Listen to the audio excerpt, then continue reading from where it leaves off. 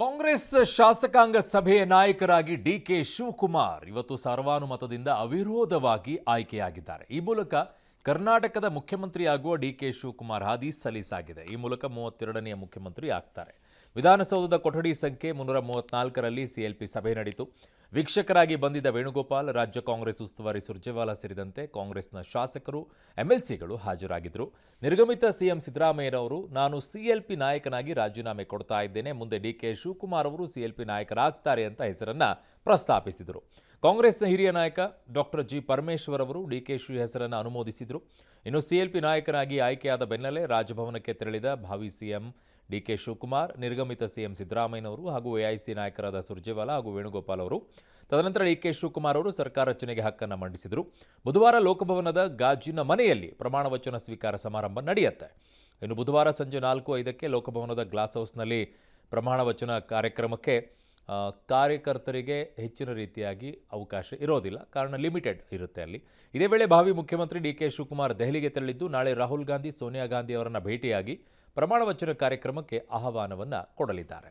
Siddaramaiah ji proposed the name of D.K. Shivkumar. CLP again unanimously accepted that Karnataka Legislative Party unanimously elected D.K. Shivkumar as the leader of the Legislative Party of Karnataka Congress. He is going to take oath as a Chief Minister along with his team on 3rd evening under the leadership of D.K. Shivkumar.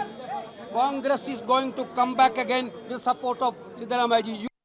So ಇದು ವೇಣುಗೋಪಾಲ್ ಅವರು ದೆಹಲಿಯಲ್ಲಿ ನಿಂತ್ಕೊಂಡು ಸಿದ್ದರಾಮಯ್ಯನವ್ರನ್ನ ಕರೆಸಿ ಮಾತನಾಡಿದಾಗ, ಇಲ್ಲ ರಾಜ್ಯಸಭೆಯ ಸೀಟಿನ ಬಗ್ಗೆ ಮಾತಾಡೋಕ್ಕೆ ಬಂದಿದ್ದರು, MLC ವಿಚಾರದಲ್ಲಿ ಮಾತನಾಡೋಕ್ಕೆ ಬಂದಿದ್ದರು ಅಂತ ಇದೇ ವೇಣುಗೋಪಾಲ್ ಅವರು ಹೇಳಿದರು. ಇವತ್ತು ಅದೇ ವೇಣುಗೋಪಾಲ್ ಅವರು ಬಂದು ಸಿದ್ದರಾಮಯ್ಯನವರು ರಾಜೀನಾಮೆ ಕೊಟ್ಟಿದ್ದಾರೆ, ಅದು ಅಂಗೀಕಾರ ಆಗಿದೆ, ಈಗ ನೂತನವಾಗಿ CLP ಲೀಡರ್ನ ಡಿಕೆ ಶಿವಕುಮಾರ್ ಅವ್ರನ್ನ ಆಯ್ಕೆ ಮಾಡಲಾಗಿದೆ ಅಂತ ಇದೇ ವೇಣುಗೋಪಾಲ್ ಅವರು ಹೇಳಿದರು. ಅವತ್ತೇ ಹೇಳಿದ್ವಿ, ಅಲ್ಲಿ ನಿಂತ್ಕೊಂಡ್ಬಿಟ್ಟು ದೆಹಲಿಯಲ್ಲಿ ಸುಮ್ಮನೆ ಬಿಡ್ತಾ ಇದ್ದಾರೆ ಇವರು ಅಂತ ಹೇಳಿ, ಸುಳ್ಳು ಹೇಳ್ತಾ ಇದ್ದಾರೆ ಅಂತೇಳಿ ಹೇಗೆ ಅಮರಿಸ್ತಾರೆ ನೋಡಿ. ಅಲ್ಲಿದ್ದಾಗ ಒಂದು, ಇಲ್ಲಿ ಬಂದಮೇಲೆ ಈಗ ಇನ್ನೊಂದು. ಸೊ ಇರಲಿ, ಈಗ ಸದ್ಯಕ್ಕಂತೂ CLP ಲೀಡರ್ ಆಗಿ ಡಿಕೆ ಶಿವಕುಮಾರ್ ಆಗಿದ್ದಾರೆ. ಬುಧವಾರ ಪ್ರಮಾಣ ವಚನ ಕಾರ್ಯಕ್ರಮ ಕೂಡ ನಡೆಯುತ್ತೆ. ಈ ಕಾರ್ಯಕ್ರಮದ ಮೂಲಕವಾಗಿ 32ನೇ ಮುಖ್ಯಮಂತ್ರಿಯಾಗಿ ಡಿಕೆ ಶಿವಕುಮಾರ್ ಅವರು ಕರ್ನಾಟಕದಲ್ಲಿ ತಮ್ಮ ಯುಗವನ್ನು ಆರಂಭ ಮಾಡ್ತಾ ಇದ್ದಾರೆ. ಇನ್ನೆರಡು ವರ್ಷಗಳ ಕಾಲ, ಆಲ್ಮೋಸ್ಟ್ 6 ತಿಂಗಳು ಬಿಟ್ಬಿಟ್ರೆ 1.5 ವರ್ಷ ಹೇಗೆ ಅವರು. ಎಸ್, ನಮ್ಮ ಚಾನಲ್ ಮುಖ್ಯಸ್ಥರಾಗಿರುವಂಥ HR ರಂಗನಾಥ್ ಸರ್ ನಮ್ಮ ಜೊತೆಗೆ ಸಂಪರ್ಕಕ್ಕೆ ಸಿಗ್ತಾ ಇದ್ದಾರೆ. ಸರ್ ನಮಸ್ತೆ. ಸರ್ ನಮಸ್ಕಾರ. ಡಿಕೆ ವೇಣುಗೋಪಾಲ್ ಅವ್ರದ್ದೇ ಮಜಾ ಅನ್ನಿಸ್ತಾ ಇತ್ತು ಸರ್. ದೆಹಲಿಯಲ್ಲಿದ್ದಾಗ ಹೇಳ್ತಾ ಇದ್ದಿದ್ದು ರಾಜ್ಯಸಭೆ MLC ಎಲ್ಲ ಅದಕ್ಕೋಸ್ಕರ ಚರ್ಚೆ ಮಾಡೋಕ್ಕೆ ಕರೆಸಿದ್ವಿ ಅಂತೆಲ್ಲ ಹೇಳಿದವರು ಈಗ ಬಂದುಬಿಟ್ಟು ಅವರೇ ಇವತ್ತು ಅನೌನ್ಸ್ ಮಾಡುವಂಥ ಪರಿಸ್ಥಿತಿ ಬಂತು. ಬಟ್ ಡಿಕೆ ಶಿವಕುಮಾರ್ ಹೇಳಿದ್ನಲ್ರಿ, ಇವತ್ತು 1 ಟಿವಿಲಿ ಅಂತ 2 ಟಿವಿಲಿ ಹೂ ಬಿಡಕ್ಕೆ ಬಂದ್ರೆ ಕೇಳಿಸ್ಕೊಳ್ಳೋನು ಅವನಿಗೆ. ಅವ್ರು ಕೇಳಿದ್ರೆ ಅವ್ರಿಗೆ ಕಿವಿಗೆ ಹೂ ಬಿಟ್ಟಿದ್ದಾರೆ, ನಮ್ಗೇನ್ ಕಿವಿಗೆ ಹೂ ಬಿಡೋದು ಇವರು. ಆಮೇಲೆ ತುಂಬಾ ಚೈಲ್ಡಿಶ್ ಬಿಹೇವಿಯರ್ ಮಾಡಬಾರ್ದು ಪೊಲಿಟಿಕಲ್ ಪಾರ್ಟೀಸ್. ಇದೇನೋ ರಾ ಏಜೆನ್ಸಿ, ಮೊಸಾಡು, CIA ಟೈಪ್ ವರ್ಕ್ ಮಾಡಬಾರ್ದು. ನಥಿಂಗ್ ಹಸ್ ಹ್ಯಾಪನ್, ವಿ ಡೋಂಟ್ ನೋ ಅನ್ನೋ ತರ ಡ್ರಾಮಾ ಮಾಸ್ಟರ್ಗಳನ್ನೆಲ್ಲ ಕೆಲಸ ಬಿಟ್ಬಿಡ್ಬೇಕು ಇವ್ರುಗಳು. ಬಾಯಿ ಮುಚ್ಕೊಂಡು ರಾಜಕಾರಣಿಗಳ ತರ ಬಿಹೇವ್ ಮಾಡಬೇಕು. ಎಲ್ಲವನ್ನೂ ಮೊಸಾಡ್ ಇಸ್ರೇಲಿ ಇಂಟೆಲಿಜೆನ್ಸ್ ಚೀಫ್ ತರ ಕೆಲಸ ಮಾಡಕ್ ಓಡಾಡ್ತಾನೆ. ಹೇಳಿಪ್ಪ, ಸವಾಲುಗಳು ಏನ್ ಸರ್ ಹಾಗಿದ್ದಾಗ ಈಗ ಮುಂದೆ ಈಗ ಸಂಪುಟದ ಒಂದು ಆರಂಭವಾಗುತ್ತೆ. ಮೊದಲನೇ ಸವಾಲು ಡಿಕೆ ಶಿವಕುಮಾರ್ಗೆ ತುಂಬಾ ಗೌರವದಿಂದ ಆಡಳಿತವನ್ನ ನಡೆಸುವುದು, ಯಾವುದೇ ಆರೋಪಗಳಿಗೆ ಗುರಿಯಾಗದೆ ಇರೋದು. ಓಕೆ. ಎರಡನೇದು, ತನ್ನ ಸುತ್ತಲೂ ಇರಬೇಕಾದ ಜನರ ಆಯ್ಕೆ ಮತ್ತು ತನ್ನ ನಡವಳಿಕೆಯ ವಿಚಾರದಲ್ಲಿ ಕೇರ್ಫುಲ್ ಆಗಿರೋದು. ಓಕೆ. ಇವೆರಡನ್ನ ಮೀರಿದ್ದು ಹಣಕಾಸು ಪರಿಸ್ಥಿತಿಯನ್ನ ನಿಭಾಯಿಸಬೇಕಾಗ್ತದೆ. ಆದ್ರೆ ಪ್ಯಾರಲಲಿ ಸರ್ಕಾರವನ್ನ, ಅಂದ್ರೆ ಪಕ್ಷವನ್ನ ಮತ್ತೆ ಸರ್ಕಾರವನ್ನ ಚುನಾವಣೆಗೆ ಸಜ್ಜು ಮಾಡ್ಕೋಬೇಕು. ಓಕೆ. ಈ ಮಧ್ಯದಲ್ಲೇ GBA ಎಲೆಕ್ಷನ್ ಬಂದ್ಬಿಡುತ್ತೆ, ಹಾಗಾಗಿ ಅದನ್ನೊಂದನ್ನು ಎದುರಿಸ್ಬೇಕು. ಒಂದು ವೇಳೆ GBA ಎಲೆಕ್ಷನ್ ಅಲ್ಲಿ ಏನಾದ್ರೂ ಕಾಂಗ್ರೆಸ್ಗೆ ಏರ್ಪೇರ್ ಆಗ್ಬಿಟ್ರೆ ಬೆಂಗಳೂರು ಚುನಾವಣೆ, ಬೆಂಗಳೂರಿನಲ್ಲಿ 4, 3, 5 ಎಷ್ಟೋ GBA ಎಷ್ಟೋ ಕಾರ್ಪೊರೇಷನ್ ಅಲ್ಲಿ, it's a serious setback to DK ಆವಾಗ. ಹಾಗಾಗಿ ಇಮಿಡಿಯೇಟ್ ಚಾಲೆಂಜ್ ನನಗನ್ಸೋದು ಸರ್ಕಾರ ನಡೆಸೋದು ಅಂದ್ರೆ ಸಂಭಾವಿತರ ರೀತಿ ನಡೆಸಬೇಕು. ಯಾಕಂದ್ರೆ DK ಮೇಲೆ ಕೆಲವು ಅಗ್ರೆಸಿವ್ಲಿ ಇರ್ತಾರೆ, ಸುತ್ತಮುತ್ತಲು ಇರುವ ಜನ ಹೇಗೆ ನಡ್ಕೋತಾರೆ ಅನ್ನೋದು ಡೌಟ್ ಇದೆ. ಮತ್ತೆ ಫಂಡ್ ರೈಸಿಂಗ್ ವಿಚಾರದಲ್ಲಿ ಈಸ್ ಟು ಕರ್ಟ್ ಅಂಡ್ ಇದು ಅನ್ನೋದು ಇದೆಲ್ಲ ಇದೆ ಒಂದಷ್ಟು. ಹಾಗಾಗಿ ಇದನ್ನೆಲ್ಲ ಹೆಂಗೆ ನಿಭಾಯಿಸ್ತಾರೆ ಅನ್ನೋದು. ಲಾಸ್ಟ್ಲಿ ಈ ಕಾಂಗ್ರೆಸ್ ಪಕ್ಷದ ಒಳಗಡೆ ಅವರಿಗೆ ಹೆಂಗೆ ಕೋಆಪರೇಷನ್ ಸಿಕ್ಕತ್ತೆ ಅನ್ನೋದನ್ನ ನೋಡ್ಬೇಕು. ಬಟ್ ಬೆಣ್ಣೆಯಲ್ಲಿ ಕೂದಲನ್ನು ತೆಗೆದಷ್ಟು ಸುಲಭವಾಗಿರೋದಿಲ್ವಾ ಸರ್? ನೀವು ತೆಗ್ದಿದ್ದೀರಾ ಯಾವಾಗಲಾದ್ರೂ ಕೂದಲು? ತೆಗೆದಿದ್ದೀನಿ ಸರ್. ಏಕೆ? ಕೂದಲು ಬಿದ್ದ ಕೂದಲು ತೆಗೆದಿದ್ದೀನಿ ಸರ್. ಹಂಗೆ ಇದೊಂಥರ ಕ್ಲೀಶೆ ಆರ್ಗ್ಯುಮೆಂಟ್ಸು ನಮ್ಮೆಲ್ಲರದ್ದು ಇದು ಸರ್. ಯಾವತ್ತೂ ಯಾವ ಸರ್ಕಾರ ಯಾವ ಕೆಲಸನೂ ಬೆಣ್ಣೆಲಿ ಕೂದಲು ತೆಗೆದಂಗಿರಲ್ಲ. ನೀವು ಮಾಡ್ಕೋಬೇಕದನ್ನ ನಿಮ್ಮ ತಕ್ಕ ಮಟ್ಟಿಗೆ. ಯಾರ ಲೈಫಲ್ಲೂ ಬೆಣ್ಣೆಯಿಂದ ಕೂದಲು ತೆಗೆದಂಗಿರಲ್ಲ, ಯಾರ ಲೈಫು ಇರಲ್ಲ, ನಿಮ್ಮ ಲೈಫು ಇರಲ್ಲ, ನನ್ನ ಲೈಫು ಇರಲ್ಲ. ನಮಗಾದಷ್ಟು ಮಟ್ಟಿಗೆ ನಾವು ಮಾಡ್ಕೋಬೇಕು. ಆದ್ರೆ ಅದನ್ನ ಮಾಡ್ಕೊಳ್ಳೋದು ಬಿಡೋದು ಅವ್ರವ್ರ ಕೈಯಲ್ಲಿದೆ. ಶಿವಕುಮಾರ್ ಅವರು ಅದರಿಂದ ಕಲ್ ತೆಗಿಬೇಕಾ, ಕೂದಲು ತೆಕ್ಕಬೇಕಾ, ಬಿದ್ದಿದ್ದನ್ನ ಮೆಲ್ಲ ಏನು ಗೊತ್ತಾಗ್ದಂಗೆ ತೆಗಿಬೇಕಾದ್ರೆ ಅದು ಅವ್ರಿಗೂ ಬಿಟ್ಟಿದ್ದು. ಈ ಸರ್ಕಾರವನ್ನು ಹೇಗೆ ನಡೆಸಬೇಕು ಅನ್ನೋದು ಶಿವಕುಮಾರ್ ಅವ್ರ ಕೈಯಲ್ಲಿದೆ, ನನ್ನ ಕೈಯಲ್ಲಿಲ್ಲ. ಹಾಗಾಗಿ we don't know how he will be able to manage. ಅವ್ರಿಗೆ ಅನುಭವ ಇಲ್ವಾ ಅಂದ್ರೆ ಅನುಭವ ಇದೆ, ಸುತ್ತಲೂ ನೋಡಿದ್ದಾರೆ, ಅಡ್ಮಿನಿಸ್ಟ್ರೇಷನ್ ಗೊತ್ತಿದೆ, ಎಲ್ಲ ಗೊತ್ತಿದೆ. ಬಟ್ ಇದಾದ್ಮೇಲೆ ಏನು, we have no idea. Let him rule for few days, ನೋಡೋಣ. ಬಟ್ ಅವರಿಗೆ ಎದುರಾಳಿಗಳಿಗಿಂತಲೂ ಹೆಚ್ಚಾಗಿ ಪಕ್ಷದೊಳಗಡೆ ಇರುವಂಥವ್ರದ್ದೇ ಸ್ವಲ್ಪ ಸಮಸ್ಯೆಗಳು ಜಾಸ್ತಿ ಆಗ್ಬೋದು ಅಂತ ಸರ್? ಆಗಬಹುದು, ಆಗದೇನೂ ಇರಬಹುದು. ಯಾಕೆ ಅಂದ್ರೆ if you becomes too strong ಆಗಿಬಿಟ್ರೆ ಅಡ್ಮಿನಿಸ್ಟ್ರೇಷನ್ ನಲ್ಲಿ ಅವಾಗೆಲ್ಲ ಬಗ್ಗಿ ನಿಂತ್ಕೊತಾರೆ. ಈಗ ನರೇಂದ್ರ ಮೋದಿ ಮೊದಲ ಬಾರಿಗೆ ಗುಜರಾತ್ ಮುಖ್ಯಮಂತ್ರಿಯಾಗಿ ಹೋದಾಗ ಎಲ್ಲ ಸುಸೂತ್ರವಾಗಿತ್ತ ಅವ್ರಿಗಲ್ಲಿ? ಇಲ್ಲ, ಹಾಗೇನಿರ್ಲಿಲ್ವಲ್ಲ, ಹೌದು ಅಲ್ವಾ? ಹಾಗಾಗಿ ಆದ್ರೆ ಆಮೇಲೆ ಏನಾಯ್ತು, ಎಲ್ಲರೂ ದಾರಿಗೆ ಬರ್ಲಿಲ್ವಾ? ರಾಜಕೀಯದವ್ರಿಗೆ ಒಮ್ಮೆ ಅರಿವಾಗಿ ಬಿಟ್ಟರೆ ಈ ನಾಯಕನಿಂದ ನಾವು ಬದುಕೋಬಹುದು ಅನ್ನೋದು ಅರಿವಾಗಿ ಬಿಟ್ರೆ ಎಲ್ಲ ದಾರಿಗೆ ಬಂದ್ಬಿಡ್ತಾರೆ. ನಡುವನ್ನ ಬಗ್ಗಿಸಿ ನಿಂತ್ಕೊಂಡ್ಬಿಡ್ತಾರೆ ಕಾರಿಡಾರ್ ಸೈಡ್ಗೆ. ಈ ರಾಜಕೀಯ ಈ ನಾಯಕನಿಂದ ಯಾವ ಪ್ರಯೋಜನನೂ ಇಲ್ಲ. 3 ಕಾಲು ಓಟು ತರ್ಸಲ್ಲ, ಕಾಸು ಕೊಡಲ್ಲ, ಯಾವುದು ಕೆಲಸನೂ ಆಗಲ್ಲ, ಏನೂ ಆಗಲ್ಲ, ವೇಸ್ಟ್ ಮಾಡಿ ಅಂತ ಅನಿಸ್ಬಿಟ್ರೆ ಮುಗೀತಾ ನಾಯಕನಿಗೆ. ಬಟ್ ಆರ್ಥಿಕವಾಗಿ ಸರ್, ಸಿದ್ದರಾಮಯ್ಯನವರು 17 ಬಜೆಟ್ ಅನ್ನು ಮಂಡನೆ ಮಾಡಿ ಗ್ಯಾರಂಟಿಗಳನ್ನು ಕೊಡಬೇಕಾದ್ರೆ ಹಾಗೂ ಹೀಗೂ ಮಾಡಿ ವ್ಯವಸ್ಥೆ ಮಾಡ್ಕೊಳ್ತಾ ಇದ್ರು. ಈ ವಿಚಾರದಲ್ಲಿ ಸಿದ್ದರಾಮಯ್ಯನವರು ಡಿ ಕೆ ಶಿವಕುಮಾರ್ ಅವರಿಗೆ ಸಹಾಯಕ್ಕೆ ನಿಲ್ತೀನಿ, ನಾನು ನಿಮ್ಮ ಜೊತೆಗೆ ಇರ್ತೀನಿ ಅಂತ ಹೇಳ್ತಾರಲ್ಲ, ಸಾಧ್ಯ ಆಗುತ್ತಾ ಸರ್ ಅದು ಆ ರೀತಿಯಾಗಿ? ಅಲ್ಲ, ಸಲಹೆಗಳು ಕೊಡಬಹುದು, ಒಂದಿಷ್ಟು ಮಾಡಬಹುದು. ಅದನ್ನ ಎಲ್ಲಿವರೆಗೂ ಇವ್ರು ಕೇಳ್ತಾರೋ ಬಿಡ್ತಾರೋ ನನಗೆ ಗೊತ್ತಿಲ್ಲ. ಎರಡನೇದು, ಡಿ ಕೆ ಎಷ್ಟರ ಮಟ್ಟಿಗೆ ಫಿನಾನ್ಸ್ ಡಿಪಾರ್ಟ್ಮೆಂಟ್ ಇಟ್ಕೊಳ್ಳೋದು ನನಗೆ ಅದು ಗೊತ್ತಿಲ್ಲ. I have no idea. Portfolio distribution ಆಗಲಿ ಫಸ್ಟು, ಆಮೇಲೆ ನೋಡೋಣ. ಬಟ್ ಯಾರೇ ಬಂದರೂ ರಾಜ್ಯ ಸರ್ಕಾರದ ಹಣಕಾಸಿನ ಪರಿಸ್ಥಿತಿ ಸರಿ ಇಲ್ಲ. ಅದನ್ನು ನಿಭಾಯಿಸುವುದಕ್ಕೆ ಬಹಳ ಬಹಳ ಬುದ್ಧಿವಂತಿಕೆ ಮತ್ತು ನಾಜೂಕತೆ ಬೇಕು. ಎಸ್ ಸರ್, ಹಾಗೆ ಸಂಪರ್ಕದಲ್ಲಿರಿ ಸರ್. ಇವತ್ತು CLP ಯಲ್ಲಿ ಏನಾಯಿತು ಅನ್ನೋದನ್ನು ನೋಡ್ಕೊಂಡ್ಬಿಟ್ಟು ವಾಪಸ್ ಬರ್ತೀನಿ ಸರ್. ಹಾಗೆ ಎಸ್ ಸರ್. ಇನ್ನು CLP ಸಭೆಯಲ್ಲಿ ಮಾತಾಡಿರುವ ನಿರ್ಗಮಿತ CM ಸಿದ್ದರಾಮಯ್ಯನವರು ಗ್ಯಾರಂಟಿಗಳ ಮೂಲಕ ಜನರಿಗೆ ಕೊಟ್ಟ ಮಾತು ಉಳಿಸಿಕೊಂಡಿದ್ದೇವೆ, ಗ್ಯಾರಂಟಿಗಳನ್ನು ಮುಂದುವರಿಸ್ತೇವೆ ಅಂತ ಶಾಸಕರಿಗೆ ಹೇಳಿದರು. ಕೇಂದ್ರ ಸರ್ಕಾರದ ವಿರುದ್ಧ ಕಿಡಿಕಾರಿದರು ಎಂದಿನಂತೆ. ಕೇಂದ್ರ ಸರ್ಕಾರ ಕರ್ನಾಟಕಕ್ಕೆ ಅನ್ಯಾಯ ಮಾಡಿದೆ, ಆದರೂ ಉತ್ತಮ ಆಡಳಿತ ಕೊಟ್ಟಿದ್ದೇವೆ, ಗ್ಯಾರಂಟಿಗಳನ್ನು ಯಶಸ್ವಿಯಾಗಿ ಜನರಿಗೆ ತಲುಪಿಸಿದ್ದೇವೆ. ಉತ್ತಮ ಆಡಳಿತ ನೀಡಿದ ಪರಿಣಾಮ ನಾವು ಚುನಾವಣೆ ಗೆಲ್ಲುವಂತಾಯಿತು. ಬೈ ಎಲೆಕ್ಷನ್ ಸೇರಿದಂತೆ ಹಲವು ಚುನಾವಣೆಗಳಲ್ಲೂ ಕೂಡ ಗೆಲುವು ಸಾಧಿಸಿದ್ದೀವಿ ಅಂತ ಹೇಳಿದರು. ಇದೇ ವೇಳೆ ಕಾಂಗ್ರೆಸ್ ಶಾಸಕಾಂಗ ಪಕ್ಷದ ಸಭೆಯಲ್ಲಿ ಪ್ರಮುಖವಾಗಿ 3 ನಿರ್ಣಯವನ್ನು ತೆಗೆದುಕೊಳ್ಳಾಯಿತು. ಏನದು? ಕ್ವಿಕ್ ಆಗಿ ನೋಡ್ಬಿಡೋಣ. CLP ಸಭೆಯಲ್ಲಿ ತೆಗೆದುಕೊಂಡಂಥ ಮಹತ್ವದ ನಿರ್ಣಯ ನಿಮ್ಗೆ ಗೊತ್ತೇ ಇದೆ, ಅದನ್ನೇನು ವಿಶೇಷವಾಗಿ ಹೇಳಬೇಕಾಗಿಲ್ಲ. ಆದರೆ ನೋಡ್ಬಿಡೋಣ ಏನಾಯಿತು. ಹೊಸ CLP ನಾಯಕರ ಆಯ್ಕೆಯನ್ನು ಹೈಕಮಾಂಡ್ಗೆ ವಹಿಸುವಂತೆ ಸಿದ್ದರಾಮಯ್ಯನವರು ನಿರ್ಣಯವನ್ನು ಮಂಡಿಸ್ತಾರೆ. ಸಿದ್ದರಾಮಯ್ಯನವರ ನಿರ್ಣಯಕ್ಕೆ ಡಾಕ್ಟರ್ ಜಿ ಪರಮೇಶ್ವರ್ ಅನುಮೋದನೆ ಕೊಡ್ತಾರೆ. ಎಲ್ಲ ಶಾಸಕರು ಕೂಡ ಕೈ ಎತ್ತುವ ಮೂಲಕ ಸರ್ವಾನುಮತದ ಅಂಗೀಕಾರವನ್ನು ಮಾಡ್ತಾರೆ. ನಿರ್ಣಯ 2, ಹೊಸ CLP ನಾಯಕರಾಗಿ ಡಿ ಕೆ ಶಿವಕುಮಾರ್ ಹೆಸರನ್ನು ಸಿದ್ದರಾಮಯ್ಯನವರು ಪ್ರಸ್ತಾಪ ಮಾಡ್ತಾರೆ. ಡಾಕ್ಟರ್ ಪರಮೇಶ್ವರ್ ಅನುಮೋದನೆ ಕೊಡ್ತಾರೆ. DKಶ ಹೆಸರು ಸರ್ವಾನುಮತದಿಂದ ಆಯ್ಕೆಯಾಗುತ್ತೆ. 3ನೇದು, ಸಿದ್ದರಾಮಯ್ಯನವರ ಸೇವೆ ನಾಯಕತ್ವ ಶ್ಲಾಘಿಸಿ ಧನ್ಯವಾದ ನಿರ್ಣಯವನ್ನು ಡಿ ಕೆ ಶಿವಕುಮಾರ್ ಮಂಡಿಸ್ತಾರೆ. CLP ಸಭೆಯಲ್ಲಿದ್ದ ಎಲ್ಲ ಶಾಸಕರ ಅನುಮೋದನೆ ಇಲ್ಲಿ ಆಗತ್ತೆ. ಎಲ್ಲ ಇನಾನಿಮಸ್ ಆಗಿ ಶಾಸಕರು, MLCಗಳು, Rajya Sabha member, parliament members unanimous ಆಗಿ ಹೊಸ ನಾಯಕನ, ಹೊಸ ಮುಖ್ಯಮಂತ್ರಿನ ಆಯ್ಕೆ ಮಾಡಲಿಕ್ಕೆ ಇವತ್ತು ತೀರ್ಮಾನ ಮಾಡಿದ್ವಿ. 3ನೇ ತಾರೀಕು 3 ಗಂಟೆಯಿಂದ 4 ಗಂಟೆ ಒಳಗಡೆ ರಾಜಭವನದಲ್ಲಿ ವೋಟ್ ತಗೋತಾ ಇದ್ದಾರೆ. DK ಶಿವಕುಮಾರ್ ಅವರಿಗೆ ಇವತ್ತು ಶಾಸಕಾಂಗ ಪಕ್ಷ ನಾಯಕನಾಗಿ ಮುಂದಿನ ಮುಖ್ಯಮಂತ್ರಿ ಆಗಿ ಘೋಷಣೆ ಮಾಡಿದ್ದಾರೆ. ನನ್ನ ಪರವಾಗಿ DK ಶಿವಕುಮಾರ್ ಅವರಿಗೆ ಹಾರ್ದಿಕ ಅಭಿನಂದನೆಗಳನ್ನು ಸಲ್ಲಿಸುತ್ತೇನೆ. ಬಹಳ ಸಂತೋಷ. ಈಗ 3ನೇ ತಾರೀಕು 3:30 ಗಂಟೆಗೆ ಸ್ವೇರಿಂಗ್ ಇನ್ ಆಗುತ್ತೆ ರಾಜಭವನದಲ್ಲಿ. DK ಶಿವಕುಮಾರ್ ಅವರು ಮುಖ್ಯಮಂತ್ರಿಯಾಗಿ ಪದ ಸ್ವೀಕಾರ ಮಾಡ್ಕೊಳ್ತಾರೆ. ಬಹಳ ಸಂತೋಷ. Thank you. ನಮ್ಮ ಚಾನಲ್ ಮುಖ್ಯಸ್ಥರಾಗಿರುವಂಥ ಎಚ್ ಆರ್ ರಂಗನಾಥ್ ಸರ್ ಹಾಗೆ ಸಂಪರ್ಕದಲ್ಲಿದ್ದಾರೆ. ಸರ್, ಈಗ CLPಯಲ್ಲಿ ಏನೋ ಆಗ್ಬಿಡುತ್ತೆ ನೋಡ್ತಾ ಇರಿ ಅಂತೇಳಿ ಹಲವು ರೀತಿಯಾಗಿ ಮಾತನಾಡ್ತಾ ಇದ್ರು. ಯಾರದು? ತುಂಬಾ ಜನ ತುಂಬಾ ಕಡೆಗೆ ವಿಶ್ಲೇಷಣೆಗಳನ್ನ ಮಾಡ್ಕೊಂಡು ಕೂತಿದ್ರು ಸರ್. ಯಾರು ಮಾಡಿದವ್ರನ್ನೆಲ್ಲ ಕರ್ಕೊಂಬಂದ್ರಿ ನನ್ನ ಹತ್ರ. ನಾವು ಅದನ್ನ ನಿರೀಕ್ಷೆ ಮಾಡೋಕ್ಕೂ ಕೂಡ ಯಾರು ಕಾಮನ್ ಸೆನ್ಸ್ ಅನ್ನೋದಿರ್ಬೇಕು. ಹೌದು. ಮುಖ್ಯಮಂತ್ರಿಯ ಪೊಸಿಷನ್ಗೆ ಯಾರೋ ಒಬ್ಬ ಚಾಲೆಂಜರ್ ಹುಟ್ಕೊಂಡಿದ್ದಿದ್ದಾರೆ.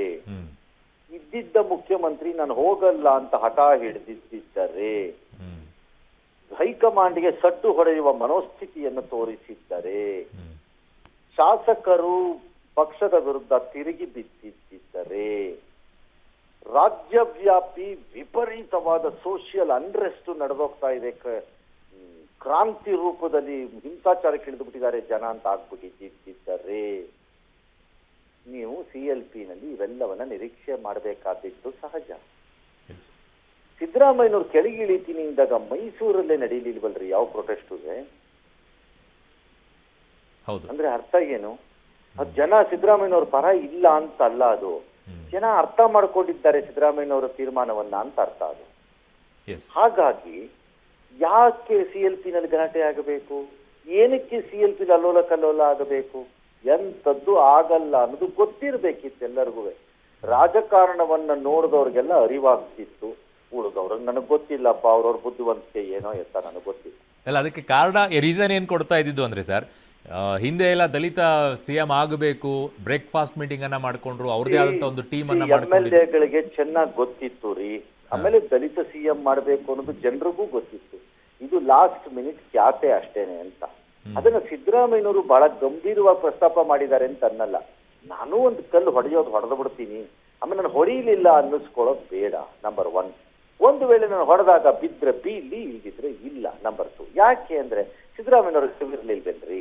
ದಲಿತ CMನ ಯಾವುದೇ ಪ್ರಸ್ತಾಪವಿಲ್ಲದೆ ಒಪ್ಪಂದ ಆಗಿತ್ತು 3 ವರ್ಷದ ಹಿಂದೆ ಬಿಟ್ವೀನ್ ದೆಮ್ಸೆಲ್ಸ್, ಅವರು ಮತ್ತೆ ಶಿವಕುಮಾರ್ ಮಧ್ಯೆ ಹೈಕಮಾಂಡ್ ನ ಮಧ್ಯಸ್ಥಿಕೆಯಲ್ಲಿ ಅಂತ ಅವ್ರಿಗೆ ಗೊತ್ತಿರ್ಲಿಲ್ವೇನ್ರಿ? ಹಂಗಾರೆ ಅಲ್ಲೇನಾದ್ರು ಕ್ಲಾಸ್ ಇದ್ದಿದ್ರೆ ಶಿವಕುಮಾರ್ ಅಥವಾ ಆ ದಿನ ಸರಿ ಎನಿಸಬಹುದಾದ ಯಾವುದೇ ವ್ಯಕ್ತಿಯನ್ನು ಮಾಡುವುದು ಅಂತಿದ್ದಿದ್ರೆ ಬೇರೆ ಕಥೆಪ್ಪ. ಎಲ್ರಿ ಇತ್ತ ಹಾಗೆ?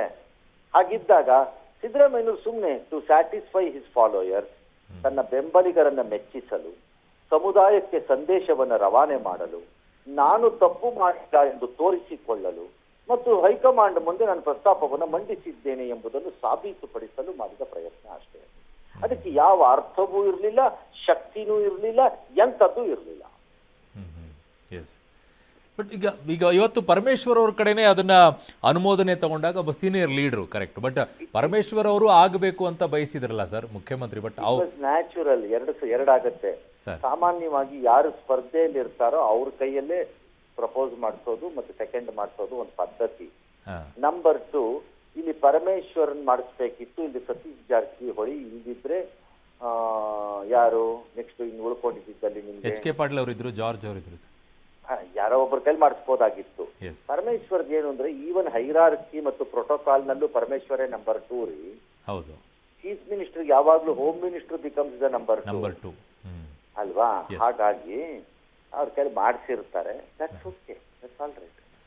ಬಟ್ ಅವ್ರ ಪರಿಸ್ಥಿತಿ ಏನು ಅಂತ ಅವರಿಗೆ ಗೊತ್ತಿರುತ್ತೆ. ಏನೂ ಇಲ್ಲ ಅವ್ರ ಪರಿಸ್ಥಿತಿ, ಅವ್ರಿಗೂ ಗೊತ್ತಿತ್ತು. ಸಿದ್ದರಾಮಯ್ಯನವ್ರು ಸುಮ್ಮನೆ ಒಂದು ಟ್ರೈ ಮಾಡ್ತಿದ್ದಾರೆ, ಮಾಡ್ಕೊಳ್ಳಿ ಅಂತ ಬಿಟ್ಟಿದ್ರು. ಪರಮೇಶ್ವರ್ಗೆ ಏನು ಕನ್ಸ್ಕಾಂತ ಕೂತ್ಬಿಟ್ಟಿದ್ರ ರಾತ್ರಿ ಆಗ್ಲೆಲ್ಲ, ನಾನೇ CM ನೆಕ್ಸ್ಟ್ ಅಂತ. ಅಲ್ಲ, ನಮ್ಮಲ್ಲೇ ಬಂದಾಗ ಒಂದು ಇಂಟರ್ವ್ಯೂ ಅಲ್ಲಿ ಕೇಳ್ಬೇಕಾದ್ರೆ ನನ್ನ ಪ್ರಯತ್ನ ನಾನು ಮಾಡಿದೀನಿ, ಎಲ್ಲಿ ಹೇಳ್ಬೇಕು ಅಲ್ಲಿ ಹೇಳಿದೀನಿ, ನಾನೇ ಬಹಿರಂಗವಾಗಿ ಹೇಳಿಲ್ಲ ಅಂತ. ನಾನ್ ಯಾಕ್ರಿ ಟ್ರೈ ಮಾಡ್ಲಿ, ನನಗೇನ್ ತಲೆ ಕೆತ್ತಿದೀಯೇನ್ರಿ, ನಾನ್ ಯಾಕ್ರಿ CM ಆಗ್ಬೇಕು ಅಂತ ಹೇಳ್ಬೇಕಾ? ಹಂಗ ಹೇಳಕ್ಕಾಗತ್ತಾ? ಅಲ್ಲ, ರಾಜಕೀಯದಲ್ಲಿ ಎಂತ ಪರಿಸ್ಥಿತಿಗಳು ಬಂದ್ಬಿಡುತ್ತೆ ಅಂತ ಸರ್. ಏನು ಪರಿಸ್ಥಿತಿ ಬಂದಿಲ್ಲ ನನಗೆ ಈ ಸರಿ. ಎಲ್ಲವೂ ಎಲ್ಲರಿಗೂ ಅರಿವಿತ್ತು. ಈ ಸರಿ ನೀವು ಪತ್ರಕರ್ತರುಗಳು ಏನೋ ದೊಡ್ಡದಾಗಿ ನಿಮ್ಮದೇ ಬುದ್ಧಿವಂತಿಕೆಯನ್ನು ಇದನ್ನೆಲ್ಲ ಹೆಣದರೆ ನಮ್ಮಷ್ಟು ಮೂರ್ಖರು ಇನ್ನೊಬ್ರು ಇಲ್ಲ.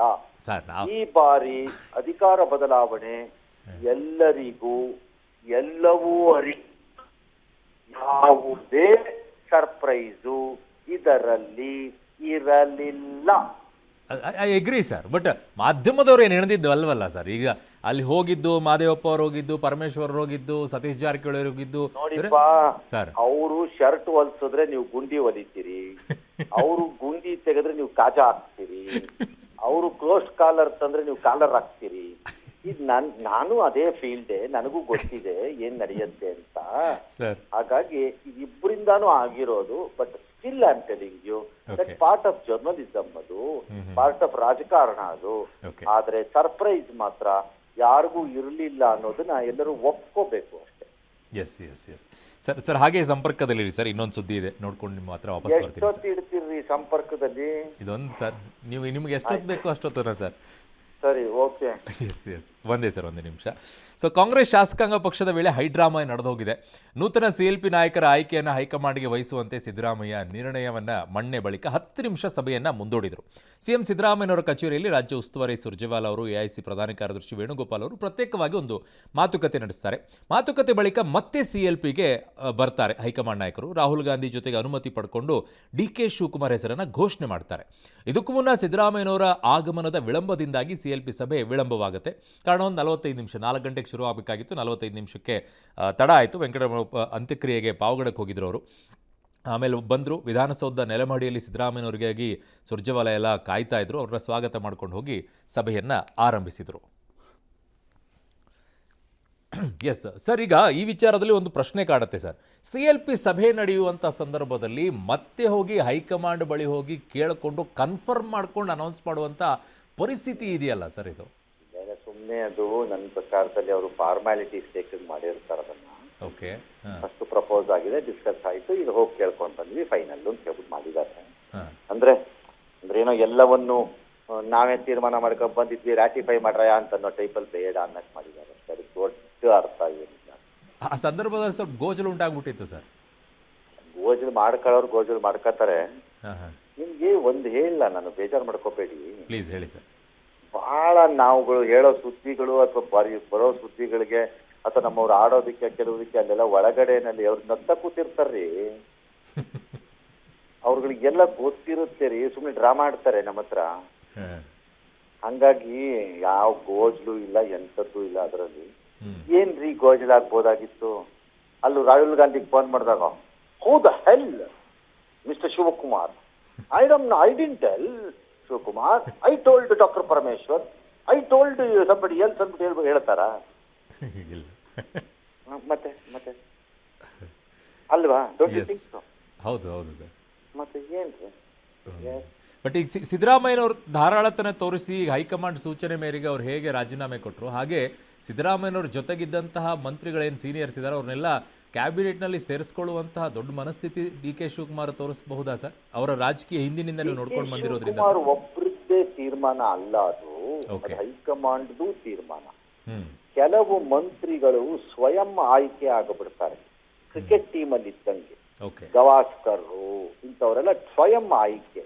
ಸಚಿನ್ ತೆಂಡೂಲ್ಕರ್, ವಿರಾಟ್ ಕೊಹ್ಲಿ, ರೋಹಿತ್ ಶರ್ಮಾ, ಈ ತರದವ್ರೆಲ್ಲ ಇರ್ತಾರಲ್ಲ, ಇವರೆಲ್ಲ ಸ್ವಯಂ ಆಯ್ಕೆ ಆಗಿಬಿಡ್ತಾರೆ ಟೀಮ್ಗೆ. ಅಂದ್ರೆ ಅದನ್ನ ಯಾರು ಅವ್ರನ್ನ ಆಯ್ಕೆ ಮಾಡಬೇಕು ಅನ್ನೋದಿರಲ್ಲ ಅಲ್ಲಿ. ಹಾಗೆ ಕ್ಯಾಬಿನೆಟ್ ಅಲ್ಲಿ ಯಾವಾಗಲೂ ಸ್ವಯಂ ಆಯ್ಕೆ ಆಗುವ ಅರ್ಹತೆ ಇರುವ ಒಂದು 4-5 ಜನ ಇರ್ತಾರೆ ಅಥವಾ 6-7 ಜನ ಇರ್ತಾರೆ. ಅವ್ರು ಆಗ್ತಾರೆ. ಅವ್ರನ್ನ ಡ್ರಾಪ್ ಮಾಡಬೇಕು ಅನ್ನೋದಾದ್ರೆ ಎರಡೇ ಸರಿ ಆಗಕ್ಕಾಗೋದು. ಒಂದು ಯಕಾಮಕ ಸ್ಟ್ರಾಂಗ್ ಚೀಫ್ ಮಿನಿಸ್ಟರ್ ಒಬ್ಬ ಇರಬೇಕು, ಅಥವಾ ಹೈಕಮಾಂಡ್ ಕೋಪ ಮಾಡ್ಕೊಂಡಿರ್ಬೇಕು, ಅಥವಾ ಹೈಕಮಾಂಡ್ ಅದೊಂದು ತಂತ್ರದ ಭಾಗವಾಗಿ ಅವರೆಲ್ಲ ಬದಲಾಯಿಸಬೇಕು. ಹಾಗಾಗಿ ಈಗಲೂ ಸಿದ್ದರಾಮಯ್ಯನ ಬೆಂಬಲಿಗರಾಗಿರುವ ಹಿರಿಯ ಕೆಲವು ಮುಖಂಡರನ್ನ ಕೈ ಬಿಡ್ತಾರ ಅನ್ನೋ ನಿರ್ಧಾರ DK ಶಿವಕುಮಾರ್ ಒಬ್ಬರ ಕೈಯಲ್ಲಿ ಇಲ್ಲ. ಯಾಕಂದ್ರೆ ಆ ಲೀಡರ್ಗಳು DK ಲೆವೆಲ್ ಇರ್ತಾರೆ, ಚೂರುಪಾರು ಮೇಲೆ ಕೆಳಗೆ. ಅದು ಹೈಕಮಾಂಡ್ ನಿರ್ಧಾರ ಆಗಿರುತ್ತೆ. ಅದಕ್ಕೆ DK ಒಪ್ಪಿಗೆ ಸೂಚಿಸ್ತಾರಾ ಇಲ್ವಾ ಅನ್ನೋದು ನನಗೆ ಗೊತ್ತಿಲ್ಲ. ಕೆಲವರು ಕೇಸಲ್ಲಿ ಅವ್ರು ಒಪ್ಪಿಗೆ ಸೂಚಿಸ್ಬೋದು, ಕೆಲವ್ರ ಕೇಸಲ್ಲಿ ಇರ್ಲಿ ಬಿಡಿ ಸರ್, ನನಗೂ ಒಂದು ಅನುಭವ ಇರೋರು 4 ಜನ ಬೇಕಲ್ಲ ಅಂತಾನೂ ಹೇಳ್ಬೋದು. ಹಾಗಾಗಿ I think it is finally A decision of high command more than the chief minister. Okay, but ಇವತ್ತು ವೇಣುಗೋಪಾಲ್ ಅವರು ಮತ್ತೊಂದು ಹೇಳಿದ್ರು ಸರ್, ಸಿದ್ದರಾಮಯ್ಯವ್ರಿಗೆ ಮತ್ತೊಂದು ಸಲ ನೀವು ಕೇಂದ್ರಕ್ಕೆ ರಾಷ್ಟ್ರ ಮಟ್ಟಕ್ಕೆ ಬರಬೇಕು ಅಂತ ಹೇಳಿ. ಈ ಕಾಂಗ್ರೆಸ್ ಹೈಕಮಾಂಡ್ನವ್ರದ್ದು ಒಂದು ಆಟ ನಡೆಯುತ್ತೆ. ಅದೇಂದ್ರೆ ಈ ಸಿದ್ದರಾಮಯ್ಯನವ್ರು ಇಲ್ಲಿದ್ರೆ 2 ಪವರ್ ಸೆಂಟರ್ ಆಗ್ಬಿಡತ್ತೆ ಅಂತ ಏನೋ ಒಂದು ಲೆಕ್ಕಾಚಾರ ಅವ್ರಿಗೆ. ಹಾಗಾಗಿ ಒಂದು ಸಾಧ್ಯ ಆದಷ್ಟು ಅಲ್ಲಿ ಎಳ್ಕೊಂಡು ಹೋಗ್ಬಿಡೋಣ ಅಂತ ಅವ್ರದ್ದು ಐಡಿಯಾ. ನನ್ ಪಾಯಿಂಟ್ ಅಂದ್ರೆ ನೀವು ಎಳ್ಕೊಂಡು ಹೋದ್ರು ಸಿದ್ದರಾಮಯ್ಯನವ್ರಿಗೆ ವಿಮಾನ ಹತ್ಕೊಂಡು ಬೆಂಗಳೂರಿಗೆ ಬರಕ್ ಗೊತ್ತಿಲ್ವೇ? ಅವ್ರೇನ್ ಪೆದ್ರ ವಿಮಾನ ನಿಲ್ದಾಣ ಎಲ್ಲಿದ್ಯಪ್ಪ ಅಂತ ಕೇಳಕ್ಕೆ ಏನಿಲ್ಲ, ಬಂದು ಮಾಡಬಹುದು ರಾಜಕಾರಣನವ್ರು, ಇಲ್ಲಿ ಮಾಡಕ್ ಆಗಲ್ಲ ಅಂತೇನಿಲ್ಲ. ಆದ್ರೆ ಎರಡನೇದು ಈ ಹೈಕಮಾಂಡ್ ಅವ್ರನ್ನ OBC ಫೆಸ್ ತರ ತೋರಿಸಿ ಅದೇನೋ ಮಾಡ್ಬಿಡ್ತೀವಿ ಕ್ರಾಂತಿ ಟೈಪ್ ಅನ್ಕೊಂಡಿದ್ದಾರೆ. ಇನ್ನೂ ಈ ಕಾಂಗ್ರೆಸ್ ಹೈಕಮಾಂಡ್ಗೆ ಬುದ್ಧಿ ಬಂದಿಲ್ಲ. ನೋಡ್ರಿ, what is Congress party today Arun? Yes, what is Congress party today? Congress party is a regional south Indian party. ಆಸರೆಯನ್ನ ಪಡ್ಕೊಂಡು ಬದುಕ್ತಾ ಇರೋದು. As on today it's a south Indian party. Hmm. It is not even all India party ಅಲ್ಲ, ಅದು south India party. Kerala, Karnataka, Tamil Nadu, Telangana, Andhra ಪ್ರದೇಶದಲ್ಲೂ ಇಲ್ಲ, ಬಿಟ್ಬಿಡೋಣ, ತೆಲಂಗಾಣ ಇಲ್ಲಿ ಇರುವಂತ ಪಕ್ಷ. ಇನ್ ಎಲ್ಲಿದೆ ನಿಮ್ಗೆ ಅದು? ಇದನ್ನ ಬಿಟ್ಬಿಟ್ರೆ, ಉತ್ತರಾಖಂಡ್ ಒಂದು ಬಿಟ್ಬಿಟ್ರೆ ಹೌದು, ಎಲ್ಲಿದೆ? ಹೋಗ್ಲಿ, ಇರೋ ಬೇರೆ ರಾಜ್ಯಗಳಲ್ಲಿ ಬರಕ್ಕಾರೋ ಅದಕ್ಕೆ ಜಾಗ ಇದೆಯಾ, ಶಕ್ತಿ ಇದೆಯಾ? ಅದೇ ಇಲ್ಲ, ಅದು ಇಲ್ವಲ್ಲ ಅವ್ರ ಹತ್ರ. ಸದ್ಯಕ್ಕಿಲ್ಲ, ಸದ್ಯಕ್ಕೆ. ಹಾಗಾಗಿ ಕಾಂಗ್ರೆಸ್ ಪಾರ್ಟಿ ಇದೆ south Indian party today. It is not even in all India party. ಅವ್ರು ಪೋಸ್ಟ್ ಕೊಟ್ರೆ ನಾನೇನ್ ಮಾಡ್ಲಿ? ಅಲ್ವಾ? Yes yes. ಗುಡೇಮಾರನಹಳ್ಳಿನಲ್ಲಿ ಕಬಡ್ಡಿ ಮ್ಯಾಚ್ ಗೆದ್ದುಬಿಟ್ಟು ನಾನು ಇದು ಒಲಿಂಪಿಕ್ಸ್ ಗೆದ್ದೆ ಅಂತ ಅವನು ಒಂದು ಪದಕ ಟೈಪ್ ನೇತಾಕೊಂಡು ಸ್ವಲ್ಪ ಚಿನ್ನ ತರ ಪಳಪಳ ಅನ್ನೋದು ನೇತಾಕೊಂಡು ಓಡಾಡಿದ್ರೆ ನಾನು ಏನಪ್ಪ ಮಾಡ್ಲಿ? ಕಾಂಗ್ರೆಸ್ ಪರಿಸ್ಥಿತಿ ಹಂಗೆ ಕೇಳಿದ್ರೆ ನಾನು ಒಲಿಂಪಿಕ್ ಗೆದ್ದೆ ಅಂತ ನಾನು ಏನ್ ಮಾಡ್ಲಿ? ಹಂಗೆ ಕಾಂಗ್ರೆಸ್ ಪಕ್ಷದ ಕಥೆ ಇದು. ಹಾಗಾಗಿ ಕಾಂಗ್ರೆಸ್ ಪಕ್ಷ ಥಿಂಗ್ಸ್ ಸಿದ್ದರಾಮಯ್ಯನ ಕರ್ಕೊಂಡು ಹೋಗ್ಬಿಟ್ಟು ಏನೋ ಮಾಡ್ಬಿಡ್ತೀವಿ, OBC ಕ್ರಾಂತಿ ಇದು ಅಂತಾರೆ. ದಟ್ ಪೊಸಿಷನ್ ಅಲ್ಲಿ ಇಲ್ಲ ಕಾಂಗ್ರೆಸ್ ಅಂತ. ಸಿದ್ದರಾಮಯ್ಯ ಉತ್ತರ ಪ್ರದೇಶಕ್ಕೆ ಹೋಗಿ ಏನ್ರಿ OBC ಕೆಲಸ ಮಾಡ್ತಾರೆ? ಸಿದ್ದರಾಮಯ್ಯನವರು ಮಧ್ಯಪ್ರದೇಶಕ್ಕೆ ಹೋಗಿ ಏನ್ರಿ OBC ಕೆಲಸ ಮಾಡ್ತಾರಂತೆ? ಹೇಳಿರಿ, ಸಿದ್ದರಾಮಯ್ಯನ ಹೇಳಿರಿ, ಅದೇನ್ ಮಾಡ್ಬಿಡ್ತಾರೋ ನಾನು ನೋಡಬಿಡ್ತೀನಿ. ಹಿಂದಿನೇ ಮಾಡ್ತಾರಂತೆ, ಕಮ್ಯುನಿಕೇಟ್ ರಾಜಸ್ಥಾನಲ್ಲಿ ಎಂಟ್ರಿ ಮಾಡ್ತಾರಂತೆ, ಬಿಹಾರಲ್ಲಿ ಎಂಟ್ರಿ ಮಾಡ್ತಾರಂತೆ. It's not easy. ಆಮೇಲೆ ಏಜ್ ಇಲ್ಲ ರೀ, ಆ ರೀತಿಯಲ್ಲಿ ಓಡಾಡ್ಕೊಂಡೆಲ್ಲ ಕೆಲಸ ಹಂಗೆಲ್ಲ ಓಡಾಡ್ಕೊಂಡು ಮಾಡುವಂತದ್ದು ಇಲ್ಲ ಅಲ್ಲಿ ಪರಿಸ್ಥಿತಿ. ಮತ್ತೆ ಇವ್ರು ಮಾಡಿದ್ರೆ ಅದನ್ನ ಕ್ಯಾರಿ ಫಾರ್ವರ್ಡ್ ಮಾಡಕ್ಕೆ ವರ್ಕರ್ಸೇ ಇಲ್ವಲ್ರಿ ಇವ್ರ ಹತ್ರ ಅಲ್ಲೆಲ್ಲ. ಸಿದ್ದರಾಮಯ್ಯ ಹೋಗಿ ಏನ್ ಮಾಡ್ಬೇಕು? ಬಿಹಾರಲ್ಲಿ ನೊಣ ಹೊಡಿಬೇಕಾ? ಸುಮ್ಮನೆ ಕರ್ನಾಟಕದಲ್ಲಾದ್ರೆ ಮುಂದಿನ ಚುನಾವಣೆಯಲ್ಲಿ ಒಂದಿಷ್ಟು ಅನುಕೂಲ ಆದ್ರೂ ಆಗತ್ತೆ. ಆದರೂ ಅಲ್ಲ, ಹಾಗೇ ಆಗತ್ತೆ. ಎಸ್, ಹಾಗೇ ಆಗತ್ತೆ, ಆದರೂ ಏನ್ ಇಲ್ವೇ ಇಲ್ಲ ಅದರಲ್ಲಿ. ಹಾಗಾಗಿ ಕಾಂಗ್ರೆಸ್ನವರು ಸುಮ್ಮನೆ ಅವ್ರಿಗೆ ಎಷ್ಟು ಗೌರವ ಕೊಡ್ತಾ ಇದೀವಿ ನೋಡಿ, ಅವ್ರಿಗೆ ಎಷ್ಟು ಮರ್ಯಾದೆ ಕೊಡ್ತಾ ಇದೀವಿ ನೋಡಿ, ಅಯ್ಯೋ ನೋಡಿ ಅವ್ರನ್ನ ಎಷ್ಟು ಚೆನ್ನಾಗಿ ನೋಡ್ಕೊತಾ ಇದೀವಿ ನೋಡಿ ಅನ್ನೋ ಸಂದೇಶ ಕಳಿಸಕ್ಕೆ ಕೊಡ್ತಾ ಇದ್ದಾರೆ ರೈಲ್ನ. Thank you sir, thank you so much ಇಷ್ಟೊತ್ತು ಜಾಯ್ನ್ ಆಗಿದ್ದಕ್ಕೆ.